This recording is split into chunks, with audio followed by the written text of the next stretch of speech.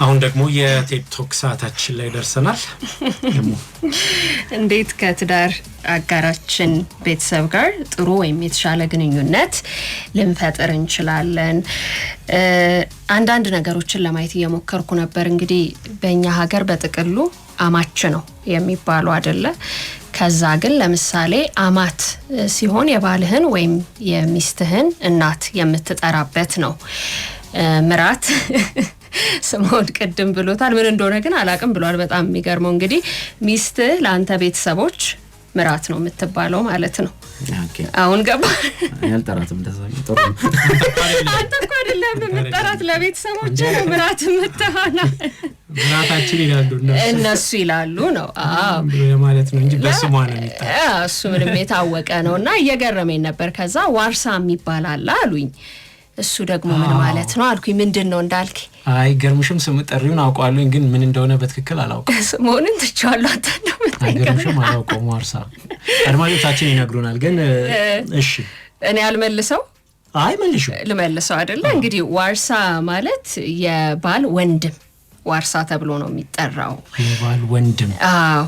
እና አየት ደግሞ ሲሆን የባል እህት እንደዛ ነው የሚጠራውና እየገረመኝ ነበር። የተለያዩ ሀገር ባህሎችን ለማየት እየሞከርኩኝ ነበርና የአረቦቹ ሞር ከኛ ጋር አይገርምም የመቀራረብ ነገር አለው። ለምሳሌ ቋንቋውም የሆነ የመመሳሰል ነገር ስላለው ያው ይሄ ሴሜቲክ ነው አይደል? ያውና በእነሱ አሁን ለምሳሌ ይሄ አጠቃላይ አማች የሚለውን ሐማው ብለው ነው የሚጠሩት። ሜቢ እንግዲህ ፕሮናውንስ አረጋው ጥሩ ላልሆን ይችላል።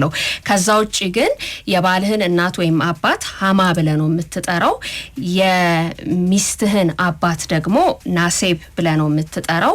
የሚስትህን ወንድም ሳህር ትላለ፣ የባልህን ወንድም ደግሞ ሳላፍ ትላለ ማለት ነውና እንደው እስቲ ሌላ ሀገር አልኩና ወደ አውሮፓ ሄጄ ስፔንን ተመለከትኳት። ያው ዝርዝር ውስጥ አልገባም ግን እነሱ ባጭሩ አሁን ለፋሚሊያ ፖለቲካ ብለው ነው የሚጠሩት ወይም ሊትራሊ ያው ፖለቲካዊ የሆነ ግንኙነት ያለን ቤተሰብ በሚለው በዛ ነው የሚያስቀምጡት ማለት ነውና ያው ይሄ ምናልባት ወደ አሜሪካኖቹ እንግሊዞቹ ጋር ደግሞ ስንሄድ አይደል ለምሳሌ ፋዘር ኢሎ ይላሉ፣ ማዘር ኢሎ ይላሉ። አብዛኛው ኢሎስ ነው በአጠቃላይ የሚጠሩት። ግን አሁን ለምሳሌ ማይ ሰን ኢሎ ከተባለ ያው የልጄ ባል ነው። ማይ ዶተር ኢሎ ካልኩኝ ልጄ ሚስት ነው የምትሆነው። ከዛ ማይ ሲስተር ኢሎ ደግሞ የባሌ እህት ወይም የሚስት እህት፣ አው ብራዘር ኢሎ ደግሞ ልክ እንደዛው እያለ ይሄዳል ማለት ነውና ሶ ያው በጣም ብዙ ጊዜ ይሄ አማች ሲባል ወይም የባል የሚስት ቤተሰብ ሲባል ብዙዎች ጋር ርዕሱ ሲነሳ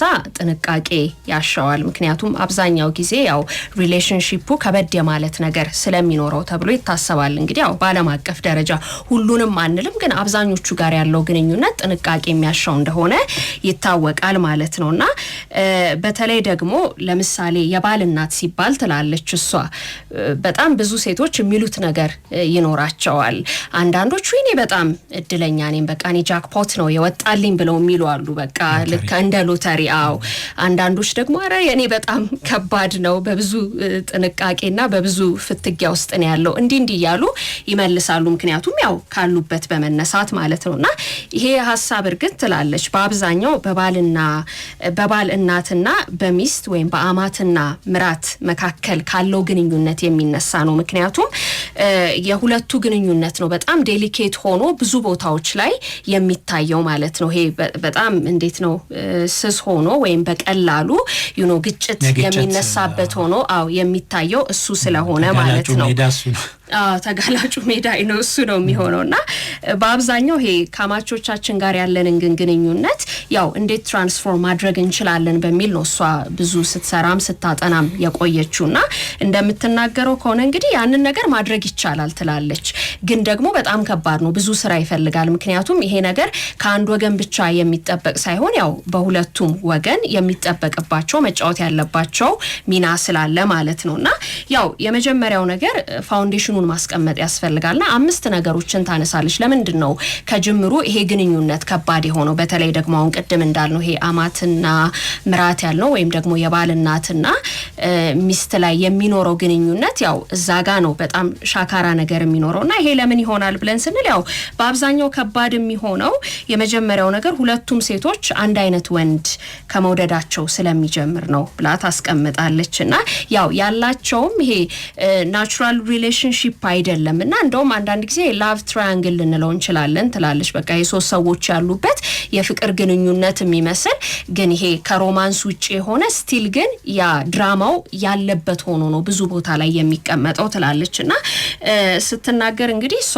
ያው ባለትዳር ነኝ የልጆች እናት ነኝ አለችና እኔ መጀመሪያ ላይ በጣም በቃ ከባሌ እናት ጋር አልስማማም ነበር፣ በጣም ብዙ ግጭት ነበር ትላለችና አንድም መነሻ የሆነ ጥናቶቿንም እንድትሰራ እንግዲህ ያው ከራሷም ታሪክ በመነሳት ነው ማለት ነውና እንግዲህ ለ17 አመታት ያክል የትዳር አማካሪ ሆና ሰርታለችና ከበርካታ አዲስ ከሚያገቡ ጥንዶች ጋር በተለይ ካማቾች ጋር ባለው ሪሌሽንሺፕ ላይ ሰርታለች። ያ ብቻ ሳይሆን ደግሞ ትጽፋለችምና የምትጽፋቸው ጽሁፎችም ላይ በብዛት እየሄደች ሰዎችን እየጠየቀች ሪሰርች እየሰራች ነው። ለምሳሌ አማቾች ምን ይላሉ፣ ከዛ ደግሞ በዚህ በኩል ያሉትስ ምን ይላሉ የሚለውን በሁለቱም ወገን ያለውን ነገር ጠይቃ ነው ጽሁፎቿን የምትጽፈውና እንደውም አንዴ የጻፈችው ጽሁፍ በጣም ብዙዎች ያነበቡበት ነው። ምክንያቱም ሄጄ በብዛት የጠየቅኩት ማዘር ኢሎ የሚባሉት ወይም ደግሞ የባል እናትና ዳውተር ኢሎ ወይም ደግሞ ምራት የምንለው በእኛ በሁለቱ መካከል ያለውን ምንድን ነው እንደዚህ የሚያቃርናቸው የሚለውን ለማወቅ በሁለቱም መካከል ነበረ ጥያቄውን ያደረግኩት አለችና ታዲያ በጣም በሚገርም ሁኔታ ያው ብዙዎቹም ስጠይቃቸው ያው ይሄ ወደ ትዳር ሊገቡ ሲሉ አንደኛ የሚፈሩት ነገር ይሄ ከሌላው ነገር ይልቅ ካማቾቻቸው ጋር ያለው ሪሌሽንሺፕ ላይ እንደሆነ ነው የሚናገሩት ትላለችና በአብዛኛው ደግሞ ይሄ ችግር ታዲያ መፈጠር የሚጀምረው መቼ ነው? ለምሳሌ ልክ መገናኘት ሲጀምሩ ወደ ቤት መምጣት ሲጀምሩ ብዙዎቹ ጋር የሚነሳ ችግር ነውና ሁለቱም መጀመሪያ የሚጠይቁት ጥያቄ እንዴት ነው ሃንድል የማደርጋት የሚለው ነው። ምን ባደርግ ይሻላል? እንዲህ አይነት ጥያቄዎች ብዙ ሰዎች አይምሮ ውስጥ ይፈጠራል ትላለችና ሶ በጣም የገረመኝ ትላለች ሁለቱም ጋር ያለው ነገር አማቾች ብዙ ጊዜ ብዙ ነገር ላይ ኢንክሉድ መደረግ ይፈልጋሉ፣ መጠራት፣ መገኘት እንዲህ የመሳሰለውን ነገር ይፈልጋሉ። ወይል በዚህኛው በኩል ደግሞ ያሉት አላድል ያንን ስፔስ ጠብቀው መቆየት ይፈልጋሉና ይሄ ነው በጣም ትልቁን ክፍተት እየፈጠረባቸው የሚሄደው ትላለችና ሶ አብዛኞቹ እንደተባለው ስፔስ መፈለጋቸው አብዛኞቹ ደግሞ መካተት መፈለጋቸው ነው እንግዲህ ትልቁን ችግር የሚያሳየው አለችና ግን ይሄንን ስንል በጣም ብዙ ጊዜ ደግሞ የሚታዩም ችግሮች አሉ። ለምሳሌ አንዳንዶች አይኔ የልጄ ቤት ነው እንደፈለኩ መጣለው የሚሉ ይኖራሉ። ጎድጓዳውን ገብተው ለማየት የሚሞክሩ ይኖራሉ። ያለምንም ፍቃድ የሚመጡ ይኖራሉ። ሊያዙ የሚሞክሩ ይኖራሉና ይሄ ነገር ነው እንግዲህ ለብዙዎች ምቾት የማይሰጠው ማለት ነው። ግን አንደኛው ነገር ምንድነው ትላለች ያው ሁለቱም ወገኖች መጥፎ ስለሆኑ አይደለም ማለት ያው ሌላ አይነት ብዙ ችግር ያለባቸው ሰዎች ቢኖሩም እኛ ግን እንዲሁ ኖርማሊ ወይም ኢን ጀነራል ያለውን ነገር ግን ስንመለከተው መጥፎ ስለሆኑ ሳይሆን የመጀመሪያው ነገር እንግዲህ የተለያየ ነገር ውጤት ነው። ይሄ ከስነ ልቦና ጋር ይያዛል። ይሄ ፋሚሊ ዳይናሚክስ የምንለው ነገር ከዛ ውጪ ደግሞ ጠብቀን የምንገባው ነገር ከዛ ደግሞ ኮሚዩኒኬት የምናደርግበት መንገድ እነዚህ ነገሮች ተጨምቀው ናቸው ብዙ ሰዎች ጋር ያንን ክፍተት የሚፈጥሩት ነው። ሌላኛው እንግዲህ እንደ ሁለተኛ ያነሳችው ነገር ምንድነው ይሄ የሮል መለዋወጥ ነው። ያው አንድ ሰው ሲያገባ ሮሉ ይለወጣል፣ ሚናው ይለወጣል፣ የሚወስደው ድርሻ ይለወጣልና በፊት ላይ ከቤተሰቡ ጋር የሚወስነውን ውሳኔ አሁን ግን ከትዳር አጋሩ ጋር ወይም ከፓርትነሩ ጋር ነው ያንን ውሳኔ የሚያሳልፈውና እንዲህ አይነት ነገሮች ሲፈጠሩ ለብዙ ሰዎች ምቾት እንደማይሰጥ ትናገራለች። ሌላኛው ደግሞ የሚኖረን ኤክስፔክቴሽን ነው ትላለች። በተለይም ደግሞ ሁሉም ሰው ያው ከተለያየ ባክግራውንድ ነው የሚመጣው፣ የራሱ ትራዲሽን አለውና ለምሳሌ ልጅ አስተዳደግ ላይ እንዲህ ብታረግ እንዲህ ብሎ የሚልህ ይኖራል፣ ገንዘብ አያያዝ ላይ ሊመክር የሚሞክር ይኖራልና እነዚህ ነገሮች ናቸው ያው ግጭቶችን ከፍ ያደረጉ የሚያባባሱ የሚመጡት። በዋናነት ደግሞ የሚጠቀሰው ይሄ ባውንድሪ የምንለው ነገር ነው አለ አይደለ? ይሄ አግባብ ባለው መልኩ ካልተሰመረ ወይም ወሰን ከሌለው ግልጽ የሆነ ገደብ ከሌለ ወይም ደግሞ ምን ያህል ጊዜ ነው ማለት ላይክ በልጆች በልጆቼ ትዳር ላይ እንዴት ነው ኢንቮልቭ ማድረግ ያለብኝ ምን ያህል ጊዜ ነው ወደ ቤታቸው መሄድ ያለብኝ እንዲህ አይነት ነገሮችን ሰዎች በደንብ አስበውበት የማያደርጉት ከሆነ በአብዛኛው ጊዜ ችግር የሚፈጥር ይሆናልና እንደውም ይሄ አንዳንድ ካልቸሮች አሉ ለምሳሌ ልክ ባልና ሚስት ሲጋቡ ሚስትየው 7 ጊዜ የምትዞርባቸው ካልቸሮች አሉ ምንድነው እንደዚህ ክብ ትዞረዋለች ባሏንና ያ ነገር ለምንድነው የሚደረገው ተብሎ ሲጠየቅ በቃ እዚህ ጋር አዲስ ቤተሰብ ሊመሰረት ነው ያ ብቻ ሳይሆን በቃ ይሄ የኛ ስፔስ ነው የኛ ቦታ ነው ሌላ ሶስተኛ ሰው ሊገባበት አይገባም የሚለውን ወይም ደግሞ ይሄ ጣልቃ ገብነቱን ለማስቀረት የሚያሳዩበት መንገድ ነው ማለት ነው ሌላኛው ደግሞ ይሄ ከኮሙኒኬሽን ጋር ወይም ተግባቦት ነው ከዛ ጋር ተያይዞ ያለው ነው እንግዲህ አንዳንድ ሰዎች ያው በቀጥታ የሚናገሩ አሉ ግልጽ ሆነው ነገሮችን ለማስቀመጥ የሚሞክሩ አሉ ሌሎች ደግሞ በተቻላቸው አቅም ምንም አይነት ግጭት ውስጥ ላለመግባት የሚሞክሩ አሉ ያው እርግጥ ሁሌም ቢሆን የተሻለ ተብሎ የሚቀመጠው ነገር ተከባብሮ በግልጽ ነገሮችን መነጋገር ነው ሌላው ደግሞ ባልም ሚስትም ሆነው ሲገቡ ያላቸውን ሚና በአግባቡ ማሳወቅ ማስቀመጥ ይኖርባቸዋል እንዲሁም ደግሞ ካልቸራሊ ያው ሁሉም ሰው እንዳደገበት ባህል ኤክስፔክት የሚደረግበትም ነገር አለ ያንንም ማሰብ ይፈልጋል ትላለችና በአጠቃላይ ግን ለምን ከባድ ይሆናል ይሄ ግንኙነት ይሄ ያማት ምናምን የምንለው ቢዝነስ ስንል ያው ግንኙነቱ በአብዛኛው ቀጥታ እርስ በርሳቸው ባልተመራረጡ ቤተሰቦች ነገር ግን ከሁለቱም ቤተሰቦች ሁለት ሰዎች ብቻ ተመራርጠው የሚገቡበት ነው የሚሆነውና እያንዳንዱ ቤተሰብ የራሱ ፐርሰናሊቲ ያለው ቫልዩ የሚያደርገው ነገር አለው ሂስትሪ ብሎ የሚያስቀምጠው ነገር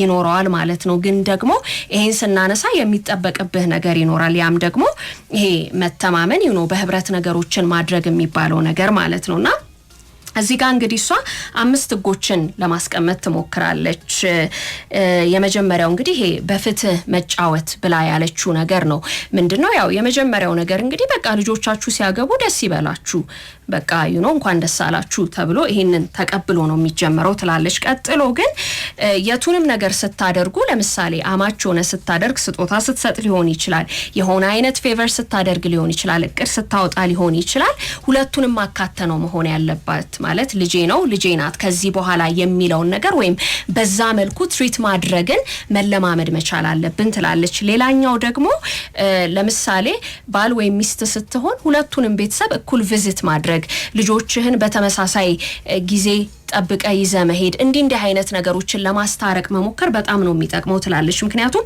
አንተ ኢንክሉድ ያደረካቸው ከመጣ የነሱ ኢንትሩድ ማድረግ ወይም ደግሞ እንዴት ነው ይሄ ሰብሮ መግባትን በለው ወይም ጣልቃ መግባት ያ ቴንኪዩ ያ ነገር ይቀንሳል ግን ኤክስክሉድ ደግሞ ባደረካቸው ቁጥር ደግሞ ኢንትሩድ ማድረግ ወይም ጣልቃ መግባቱ እየጨመረ ስለሚመጣ በዚህ መልኩ ነገሮችን አስቦ መጠቀም ጥሩ ነው ትላለች ሌላኛው ደግሞ ሁሉን ነገር ከራሳችሁ አንፃር አትውሰዱት በተቻለ አቅም ቨርዥኑን ለመለየት ሞክሩ ማለት ያ ሰው አንድ ነገር ሲያደርግ እኔን ለመርዳት ነው እኔን ለመጉዳት ነው የሚለውን ነገር ትላለች ምክንያቱም እሷ በጣም ብዙ አዳዲስ ተጋቢዎችን አማክር ያለው ትላለችና ከተጋቡም በኋላ ደግሞ ብዙዎቹ እኔ ጋር እየመጡ ያው የምክር አገልግሎት ስለሆነ የምትሰጠው ሪሌሽንሺፕ ላይ በዛም ዙሪያ ብዙ የምትጽፋቸው ነገሮች ስላሉና ለምሳሌ አንዷ መታምናለችኛ ያረ በስማም የባሌ ቤተሰቦች የመጀመሪያ ቀን እንደተዋወቁኝ በቃ አልወደዱኝም ማለት ነው ለምን ብዬ ስላት አይ ምንም እኮ አላወሩ በቃ ሰላም አሉኝ የሆነ ነገር አወሩ አይ አንቺስ እዛ ጋር ግን እንዴት ነበር ስላት አይ እኔማ ፈርቼ ነበር ነርቨስ ሆኜ ነበር አለችኝ አለች ታዲያ እነሱም እኮ ያ ስሜት ኖሯቸው ሊሆን ይችላል በዚህ መልኩ ነገሮችን ማየት አንዳንዶች ደግሞ ይመጡና ይሄው በቃ አማቴ ምግብ ሰርታ ይዛ መጣች ምግብ አትሰሪም እያለችኝ ነው አትቺም እያለችኝ ነው ወደሚል ነገር ይወስዱታል አለችና ኖ ምናልባት እንዲሁ ኬር አድርጋ ቢሆንስ ልትረዳችሁ ፈልጋ ቢሆንስና አንዳንድ ጊዜ የትኛው ቨርዥን ነው የሚጠቅመኝ የሚለውን ነገርና እያንዳንዱን ነገር ይሄ ፐርሰናሊ የምትወስደው ከሆነ በጣም አድካሚ ነው የሚሆነው ግንኙነቱም የበለጠ እየሳሳና እየሻከረ እንዲመጣ ያደርገዋል ማለት ነው ያ ፊልም አለ አይደለ ሞንስተር ሲል ነው ጄኒፈር ሎፔዝ የምትሰራበት አለና በጣም የሚገርም ፊልም ነው እዛ ላይ እንደውም ይሄ በደንብ ያሳየዋል በቃ ያው እርግጥ እናትም አንድ ልጇ ነው ስለዚህ ሞር አይ ቲንክ እንደዛ ሲሆን ደግሞ ይበለጠ ነገሩ ይካረራል መሰለኝ ማማስ ቦይ የሚል እንደሱም አይነት ነገር አለ መሰለኝ ርዕሱ ሲሆን አሁን ቼክ እናደርጋለን ግን እንደ አይነት ታሪክ ነው ማለት እናትየው ተክላላ የልጁ እያንዳንዱን ነገር የሚወስኑት እሳቸው ናቸውና ባልና ሚስት ሲነጋገሩ የሆነ ጥያቄ ስጠይቀው ወደ እሳቸውም ደግሞ ሁሉንም ነገር መተው ለሷ የሚበላው እንደዚህ ነው እንትኑ እንደዚህ ነው ምናምን በቃ የሆነ ሰዓት ላይ በቃ ታብዳለች። ያው እንዲህ አይነት ነገሮች እንግዲህ ያው ብዙ ሰዎች ጋር ስላለ ማለት ነው። ሌላው ደግሞ ይሄ ማመስገንና ማድነቅን መለማመድ አለብን ትላለች። የፈለገ እንኳን ልዩነት ቢኖርም የምናመሰግንበት ነገር ይኖራልና ምናልባት ትንሽ ነገር ሊሆን ይችላል ለዛ ያንን ሰው ማድነቅ ማመስገን አለ አይደለ ይሄ ከበድ ያለውን ግንኙነት እንዲለሰልስ የማድረግ አቅም አለው ትላለች። ትልቅ ነገር እስኪደረግልን ጠብቀንም ባይሆን ጥሩ ስለሆነ ማለት ነው።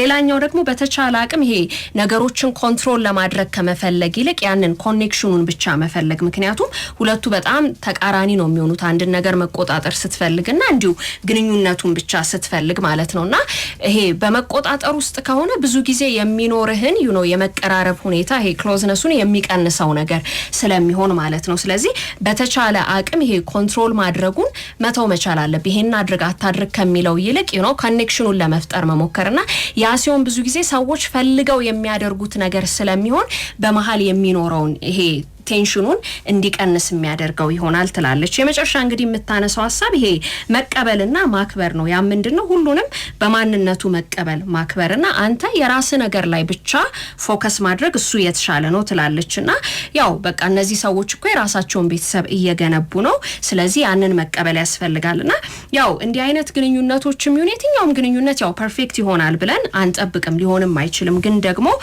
ብዙ ጊዜ የነሱ ትክክል አለመሆን ላይ ፎከስ ከማድረግ ይልቅ ራሳችንን ትክክለኛው ነገር ማድረግ ላይ ማተኮር ምናልባት የተሻለውን ነገር ይዞልን ሊመጣ ይችላል ትላለችና ችግሩ ያለው ይሄ አማት ምራት ወይም አማች ምናምን መሆኑ ላይ ሳይሆን ሁሉም ቤተሰብ አዲስ ቤተሰብ ሊተዋወቅ ስለሆነ የሆነ ቦታውን መተው ይኖርበታል ወይም ክፍት ማድረግ ይኖርበታል የሆነ ሩም መልቀቅ ይኖርበታልና ይሄንን ነገር ማሰብ አስፈላጊ ነውና ይሄ የተለየ ኩራቱን ወይም ደግሞ እንዲነኝ የሚለውን ነገር ትተን መከባበር እንዲኖረውና በተለይ ባውንድሪ እንዲኖረው ማድረግ ከቻልን ብዙ ነገሮችን ያቀላል ትላለች።